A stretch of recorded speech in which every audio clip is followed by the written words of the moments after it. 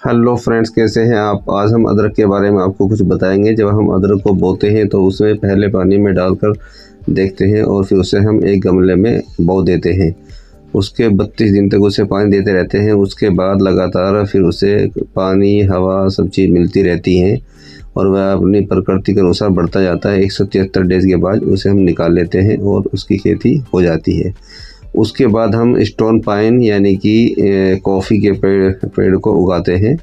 एक गमले में बोते 7 दिन तक पानी देने के बाद उसका 24 दिन के बाद पौधा निकल आता है और यह लगातार ऐसे ही बढ़ता रहता है।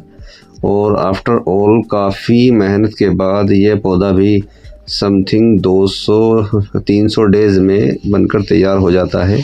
उसके बाद हम कीवी के पेड़ को भी उसी प्रकार बोते हैं और पानी देने के बाद दिन रात और काफ़ी मेहनत करने के बाद इसकी बेल बढ़ती जाती है और लगातार यह करीब करीब 211 डेज तक इसकी खेती तैयार हो जाती है। खेती तैयार होने के बाद इसमें बहुत ही सावधानी बरतनी होती है। आफ्टर ऑल 220 दिन तक लगातार इसे हमें मेहनत करने के बाद 224 दिन में खेती तैयार हो जाती है। उसके बाद हम करते हैं ड्रैगन फ्रूट्स की खेती को हम इसी प्रकार से कर सकते हैं। उसके बीज को 7 दिन तक पानी देते हैं। उसके बाद में यह ड्रैगन फ्रूट्स निकलना स्टार्ट हो जाता है। इसकी बेल काफ़ी तेज़ी से बढ़ती है और नुकीले कांटों से भरी होती है, इसीलिए इसकी खेती करने में बहुत सावधानी बरतनी होती है।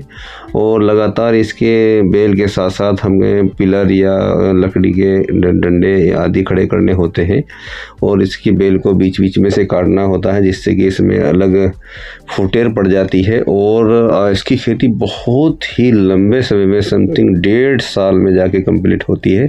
उसके बाद हम बात करते हैं स्वीट पोटैटो यानी कि हम बोलते हैं शकरकंदी का पेड़ भी 35 दिन के बाद इसकी फुटेर तैयार हो जाती है और इसे फिर हम गमले में जब या खेत में लगाते हैं तो फिर यह स्टार्ट हो जाती है और ये समथिंग